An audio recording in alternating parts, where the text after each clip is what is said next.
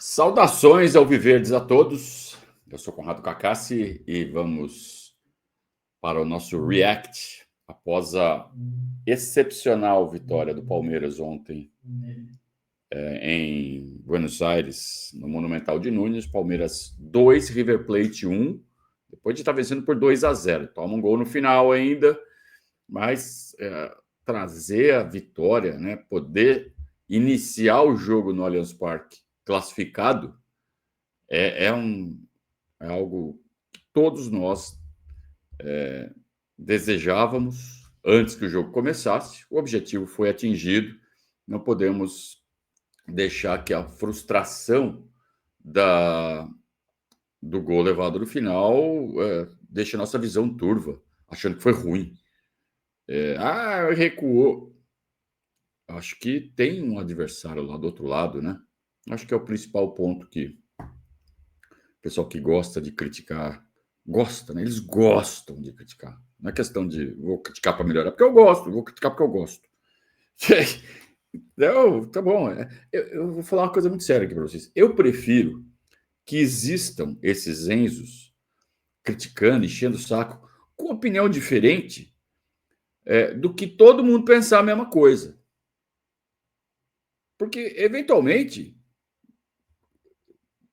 aliás, é frequente ter gente que pensa de outro jeito. É bom para a gente ou mudar a nossa opinião ou ter mais certeza ainda da nossa opinião. Quando vem argumento contrário, você fala assim, não, tá falando besteira. Ou, de repente, estão falando coisas boas, e fala assim, não, eu vou mudar de opinião. Beleza. Eu não tenho nada contra opinião oposta. Agora, só não consigo aceitar que o nego torça contra o Palmeiras. Aí não. Mas vamos ver o que o professor Abel falou do jogo.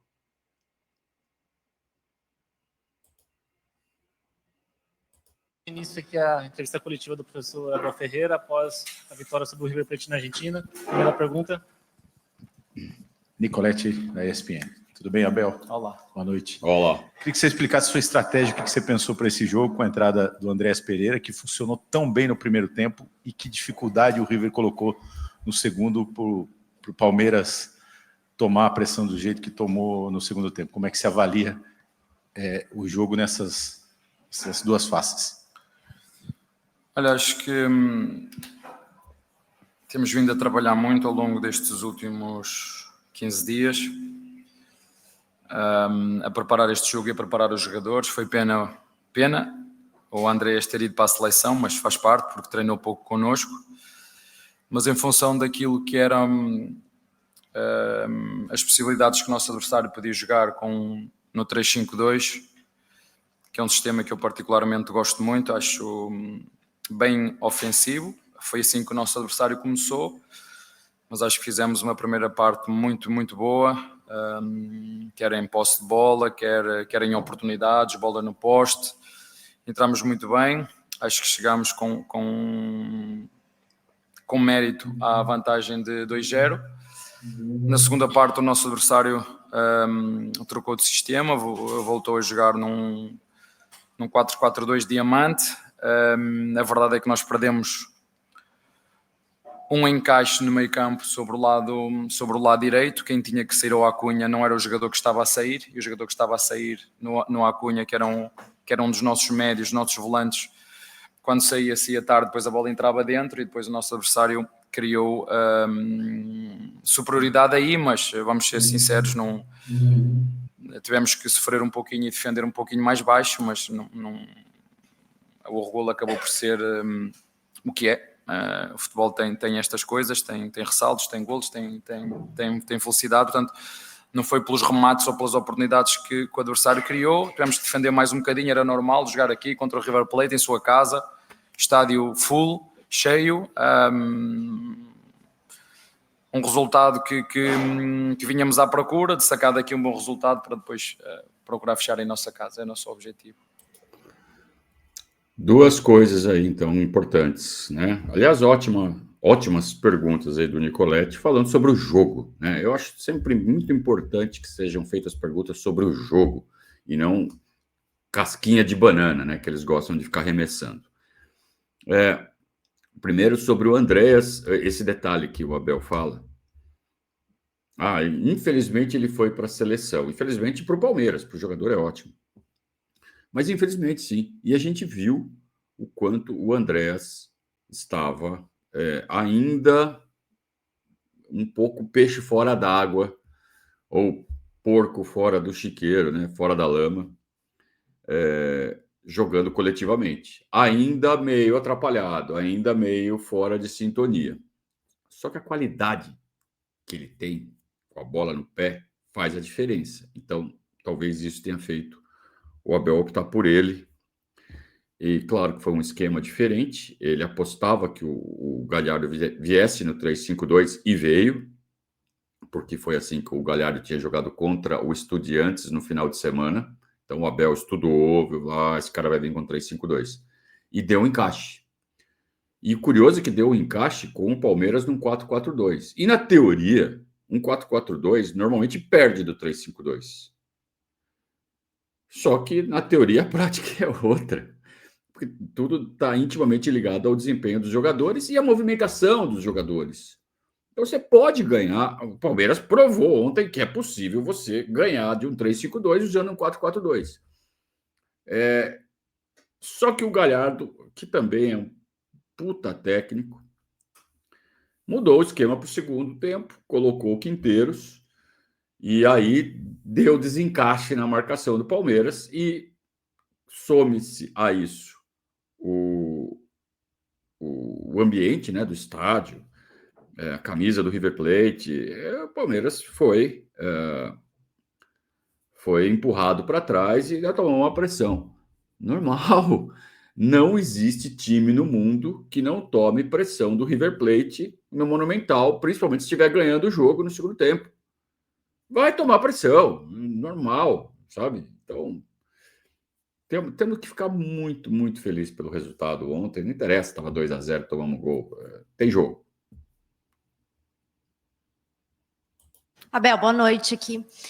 A gente sabe que ainda não tem nada ganho, claro, mas nessa temporada o Palmeiras é uma equipe em reconstrução, né? Vários jogadores saíram, alguns jogadores chegaram. E eu queria que você falasse sobre a importância dessa vitória num ambiente hostil, com muita torcida, o peso dessa vitória para essa equipe que tem muitos jogadores jovens e novos que chegaram nessa temporada de 2025. Olha, claro que é uma vitória importante, mas não passa disso, a não ser um bom resultado aqui. Agora vamos ter que ter a segunda parte em nossa casa. Mas é verdade o que tu estás a dizer, apesar de nós termos começado desde o início do ano a reformular o elenco e com jogadores a chegar, nós temos andado sempre nas competições a lutar pelos lugares cimeiros em qualquer uma delas. Foi assim no Paulistão, foi assim no Mundial.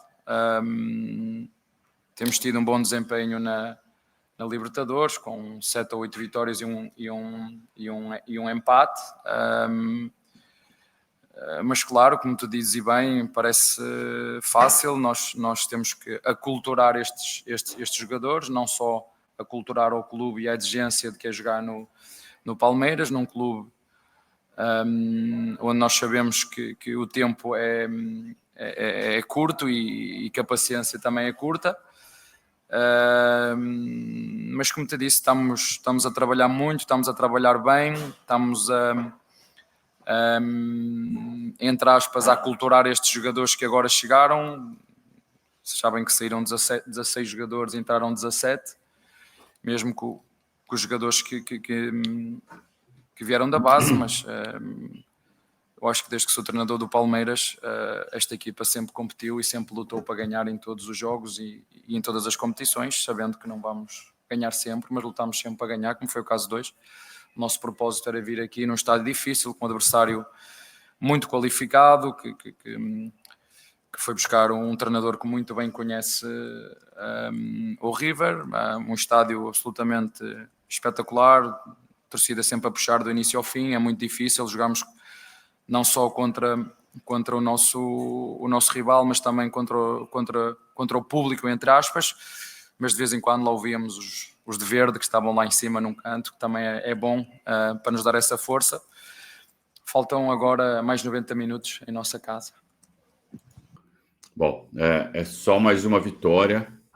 Tem muito jogo pela frente. Começou dizendo o Abel, e ele tem razão. Não pode... A gente tem que ficar feliz pelo resultado, tem que ficar realmente muito satisfeito. E aí toda essa descrição do cenário que ele mencionou, mas basta que perca do River e seja eliminado na semana que vem, que tudo isso não vai valer de nada. Né? 8 vitórias e um empate. Olha que campanha do Palmeiras na Libertadores até agora. 9 jogos, 8 vitórias e um empate. Sendo que o empate foi em casa contra o Universitário, num jogo que o time não jogou. Era só ter jogado que ganhava. Então, olha que campanha o Palmeiras está fazendo na Libertadores. Perde do River semana que vem para ver. Não vai valer de nada. Essa crueldade do futebol é assim mesmo. Quem está no meio tem que saber que é isso aí, tem que saber lidar com isso. Abel, boa noite. Durante o aquecimento ali, eu percebi um ensaio ali de escanteio, né? E é pouco comum, pelo menos nos últimos que eu acompanhei o aquecimento antes da partida, cobranças de escanteio. Isso me chamou a atenção. Aos 5 minutos, o Palmeiras faz um gol de escanteio e depois tem uma bola na trave do Lucas Evangelista. Queria saber se o Andreas te dá essa possibilidade e se você também estudou ali no River, talvez uma deficiência que o River tem em bolas paradas, bolas pelo alto. Não, acho que... Vou voltar a repetir, temos trabalhado muito nos últimos tempos, por isso tudo que falamos, jogadores novos, é preciso voltar às bases quase. Fizemos algumas alterações naquilo que eram as dinâmicas da equipa com jogadores novos. Esta situação do que tu fizeste, eu nem gosto de falar muito nisso, porque os outros estão vendo. Porque depois copiam. Mas já faço isso há muito tempo, não sempre. Já na equipa B do Braga eu fazia isso em determinados jogos, até para nos adaptarmos ao gramado, porque os nossos jogadores que jogaram aqui disseram que íamos jogar num tapete e eu comecei, então agora percebem a diferença de jogar num gramado como deve ser, um gramado de primeira de excelência, é isto. Não há buracos em lado nenhum, a relva não levanta, não há desculpas, porque há muita qualidade naquilo que é o gramado, e nós, uma forma de nos adaptar também, quer à bola parada, quer às dinâmicas, e aos nossos jogadores também, como a tua colega disse, apesar de termos muitas mexidas e entradas, a cobrança é sempre a mesma, porque ninguém quer saber se é preciso tempo ou não, mete e joga e está tudo certo. Mas as coisas não funcionam assim, mas temos que continuar nesta toada, e nós sabemos que o Andrés Pereira também bate bem a bola parada. Ele, este ano, desde que começou a época no antigo clube dele, eu acho que ele tinha feito 2 jogos, não sei se mais que 2 jogos, mas fisicamente portou-se muito bem enquanto teve energia. Portanto, é sempre bom ter jogadores desta qualidade para nos ajudar. E a gente tem que falar não só do Andreas, que tá batendo na bola bem, inclusive, além dos 2 escanteios, teve uma cobrança de falta, que se fosse um pouquinho mais para o canto ou um pouquinho mais forte, era gol. Vejam que o Armani, quando fez a defesa, foi parar dentro do gol, e quando é assim, é porque o goleiro tirou no limite. Temos que falar dos deslocamentos dos nossos jogadores dentro da área para fazer o cabeceio. Então vejam que o Gustavo Gomes, na jogada do gol, ele meio que finta a marcação. Ele faz que vai para um lado e vai para o outro lado, meio que já sabendo que a bola vai ali. Vejam que o Lucas Evangelista está cabeceando para o gol com frequência. Então aquela bola na trave que ele meteu ontem não foi coincidência. Ele está e sempre no primeiro pau. O Lucas Evangelista se posiciona no primeiro pau, e ele é alto, e ele sempre essa cabeçada cruzada, tirando do goleiro. Não é forte, é simplesmente um desvio. Ele entra na pequena área, no primeiro pau, e joga no canto oposto. Ontem não deu sorte, mas ele já fez 2 gols assim.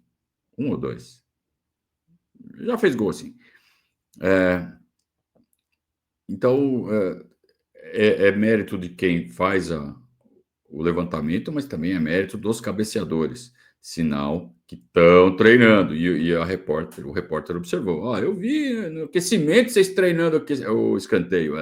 Pois é. Treinador fraco, eles falam, né? Boa noite, Abel. Meu nome é Gabriele Simoni. Parabéns pela vitória. O Evangelista escalado junto com o Andreas gerou curiosidade, porque ambos são considerados por muitos reserva um do outro. Então, eu gostaria que você explicasse essa sua escolha. Obrigada. Essa é a minha função, entendo perfeitamente as vossas perguntas, não é? De quem é reserva, quem é titular, isso também faz parte do espetáculo que vocês dão enquanto jornalistas, não é? Da discussão, da discórdia, da concordar com o treinador, discordar do treinador, porque é que ele ainda não viu que deviam ter jogado estes, porque é que ele não viu, porque não é? A profeta do acontecido é muito fácil nós sermos. Simplesmente por isso, porque a minha função é exatamente essa. As pessoas não sabem, mas eu demorei 8 anos para fazer o meu curso de treinador. Já não só bastasse a minha experiência como jogador, tive 8 anos, 4 de teoria e 4 de prática, ou seja, um ano tinha teoria, o ano seguinte prática. Teoria, foram 8 anos para tirar o meu curso. Erro e acerto como os outros, mas essa é a minha função, é de escolher, e portanto entendi, porque essa é a minha função, que deviam jogar os dois de início neste jogo, e o que é importante é que eles estão preparados para ajudar a equipa, seja um a iniciar, outro no banco, a iniciar os dois, seja no que for preciso, porque eles têm esse espírito e essa mentalidade de acima de todos nós está a equipa e tudo pela equipa. A estrela é a equipa, e isso é bom quando eles pensam assim. Portanto, hoje decidi metê-los e acho que acabaram por corresponder enquanto houve energia. Não respondeu porque escondeu o jogo. Ele já falou. Às vezes eu não gosto de responder o que vocês perguntam, porque os outros estão ouvindo, né? E estão aprendendo. Por que escalou os dois? Porque sim, porque eu fiz 8 anos de curso, porque eu sei o que eu estou fazendo, às vezes eu acerto, às vezes eu erro, eu escolhi fazer isso e pronto. Não explicou o porquê, né?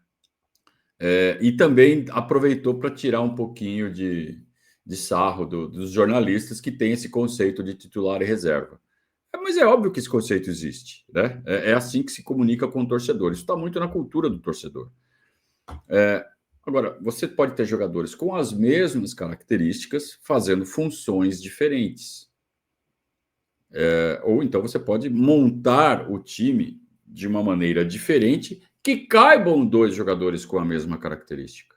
Então, ontem o Palmeiras jogou diferente. Ontem o Palmeiras não jogou no 4-2-3-1 tradicional, que condiciona que Lucas e Andreas, em tese, os dois são camisa 8, um joga, o outro espera. Ontem o time do Palmeiras foi diferente, cabiam 2 8s. Então, entendo que a escolha foi boa. O resultado dentro de campo mostra que a escolha foi boa. E eu acho que essa é a resposta rasa para a pergunta. Agora, existem explicações mais complexas, né, que só quem estudou 8 anos, como o Abel, né, como alguém que tem anos de experiência como o Abel, é capaz de explicar por que ele fez essa escolha que se mostrou acertada. E eu vou falar para vocês, eu acredito que se perguntar para os outros 19 técnicos da Série A, só uns 2 ou 3 vão saber responder, os outros vão ficar, não sei. Abel, boa noite. Lucas Herrero, TV Band. Uma das histórias contadas antes desse jogo era o duelo entre Abel Ferreira e Gallardo, né? A imprensa argentina muito falou que o Gallardo teria que pensar muito bem como adiantar, como formar o River, sabendo que você é um treinador que estuda muito o estilo de jogo dele. Então queria saber... Quem é que disse? Os jornalistas argentinos. Sim, perguntaram para ele, exatamente. Queria saber se houve algum... Sabe por que ele fez essa interrupção?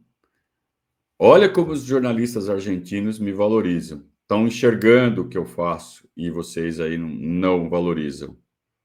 Tá? Não só imprensa brasileira, como parte dos torcedores não é nem torcedores brasileiros, porque dos outros times quase todos admiram o Abel, do Palmeiras, né? Que não enxergam, não, é ruim, o Pardal é burro. Tipo de dedo do que você leu, ouviu do Gallardo nos últimos jogos do River Plate para tentar desestabilizar o River em casa? Existiu algum tipo de troca nesse aspecto? E queria que você falasse desse embate de ideias com o Gallardo, o que você vê nele. Então, assim, nós temos vindo a reformular algumas coisas dentro do clube, algumas coisas dentro daquilo que são as dinâmicas da equipa, é a procurar as melhores soluções para ajudar os nossos jogadores. Se vocês bem se lembram, há 3 ou 4 anos eu sempre disse que são as características dos jogadores que fazem o jogo, e depois tu tens que encontrar as peças, quase como um puzzle, e perceber como é que elas encaixam. Puzzle é quebra-cabeça. E tu começas a montar o puzzle e às vezes vai-te faltando uma peça e tu tentas trocar de lugar, ir à procura das características dos jogadores para corresponder àquilo que são as necessidades de uma equipa grande como é o Palmeiras, mas sinceramente o nosso foco foi muito em cima daquilo que nós fomos capazes de fazer. Sabíamos que podia haver esta dúvida. Eu gosto deste tipo de treinadores que são imprevisíveis, e fico contente. Ixi, cliquei errado. Vou ter que achar aqui depois. Espera aí. Eu perdi aqui o ponto do vídeo, mas eu acho que eu consegui voltar no ponto certo. O que ele quis dizer com treinadores imprevisíveis é porque ele, obviamente, estudou o River dos últimos jogos. E ele percebeu que no jogo passado, contra o Estudiantes, no final de semana, pela primeira vez, desde que voltou da Copa do Mundo de Clubes, o Gallardo colocou em campo um esquema com 3 zagueiros, coisa que ele não vinha fazendo. Ele estava jogando 4, linha de 4, linha de 4, linha de 4. No último jogo, ele meteu uma linha de 5. A dúvida era, essa linha de 5 foi um ensaio para o jogo da volta, ou ele já estava pensando em fazer isso lá em Buenos Aires mesmo, que foi o que ele acabou fazendo? Era a única dúvida. Então, por isso que ele está falando, pô, ele é meio imprevisível. Ele botou uma dúvida na minha cabeça. E fico contente quando outros treinadores no futebol brasileiro falam que a equipa do Palmeiras, as pessoas têm alguma dificuldade de perceber como é que vai jogar, e nós também temos essa dificuldade porque é sempre difícil jogar contra equipas que têm dinâmicas diferentes de jogo para jogo. Por isso é que um dos jornalistas argentinos no início do jogo me perguntou se eu tinha alguma na manga para fazer algo diferente, como às vezes acontecem neste tipo de jogos. Às vezes tenho, outras vezes não, depende daquilo que eu decidir. Umas vezes funciona, outras vezes não funciona. Quando funciona sou muito bom, quando não funciona sou ruim, porque é assim que funciona também. Mas não, olha, eu tenho uma admiração muito profunda por este treinador. Ainda eu não era... Eu acho que eu ainda não era treinador, ele já era treinador do River. Eu já começava a ouvir falar nele e eu ainda estava nos júniores do Sporting ou na equipa B do Braga. E lembro-me, havia muito... E desculpa-me eu ser deste tempo, mas havia muito a força entre o River e o Boca. Lembro-me de uma final que foi disputada no estádio Bernabéu, que ela saiu daqui e foi para a Europa, e foi a partir daí que começou a ser as finais únicas na Libertadores, mas acima de tudo um respeito e uma admiração muito grande para um treinador que se não é o melhor, é um dos melhores treinadores da América do Sul. Apenas isso, mas claro que eu não vejo as coisas, eu não jogo contra ninguém, eu não passo a bola a ninguém, eu não corto a bola, o meu tempo já foi, eu já não sou jogador, sou treinador, portanto os protagonistas hoje são os jogadores, mas entendo, como disse a tua colega, para o espetáculo, Abel, Gallardo, mas não, tenho uma admiração e um respeito muito grande por tudo o que ele conquistou e o que está a fazer, porque eu não me esqueço do passado. Eu sei que o futebol tem memória curta, mas eu não tenho memória curta, eu tenho boa memória, e quando não a tenho, aponto tudo, que é para não me esquecer. Tudo bem? Quando a gente se propõe a fazer algo que a gente gosta de fazer, a gente normalmente se inspira em alguém. né? Eu não vou começar a fazer um negócio do nada, porque o que eu vou fazer? Vou fazer isso. Não, você vê algo, gosta, se vê fazendo isso, e aí passa a fazer essa função. Então, quando eu resolvi botar uma câmera aqui na minha frente e falar de futebol, é porque eu já vi muita gente fazendo isso. E tem alguns comunicadores nos quais eu me inspiro, que me levaram a querer fazer isso também, achar uma atividade legal. Técnico é a mesma coisa, né? Então, o Galhardo certamente é uma das inspirações do Abel. Isso ele já deixou claro várias vezes. No jogo de 2021 do Allianz Parque, que foi 2-0 para eles, todo mundo acabou o jogo exausto. Quando termina o jogo, ele vai lá dar um abraço no Galhardo, conversar, falar, porra, que jogo que os nossos times fizeram, né? Ou sei lá o que ele falou, acho que foi algo assim. Então, é muito bom você ter essas referências, porque daí você faz bem, você faz melhor aquilo que você se propõe, quando você mantém essas referências sempre vivas. Então, queria deixar aqui uma homenagem a alguns das pessoas que me inspiraram a fazer esse tipo de coisa, desde que eu sou criança, que eu consumo futebol. Então, comunicadores como Milton Neves, como José Silvério, como Osmar Santos, como... Eu vou cometer injustiças aqui, porque eu vou deixar de falar um monte de gente, né? Mas são pessoas que eu vou sempre guardar aqui no meu coração como pessoas que me fizeram ter um amor pelo futebol maior do que já é. Então, uma pequena homenagem aqui aos grandes comunicadores do futebol. Luciano do Vale, Galvão Bueno, por que não? Galvão Bueno, sabe? São realmente comunicadores que fazem a vida da gente ser melhor, porque fazem muito bem aquilo que se propõe a fazer. E aí terminamos com homenagens, terminamos o nosso react da grande vitória do Palmeiras ontem sobre o River Plate. Não tem muito tempo para comemorar, porque sábado já tem jogo importante, não pode deixar ponto em cima da mesa contra o Fortaleza em casa, e temos uma decisão para tomar, porque na quarta-feira próxima, daqui a 6 dias, tem decisão de vaga na semifinal da Libertadores. E aí, o que faz o Palmeiras? Vai de mistão, né? Quase certo que vai de mistão. Vai jogar um ou outro titular e olha lá. Estaremos lá. Eu e Anderson Correia, mais uma vez, faremos a transmissão de Palmeiras e Fortaleza, sábado à noite, no Allianz Parque. Contamos com a sua companhia. Muito obrigado a todos. Um grande abraço. Saudações alviverdes.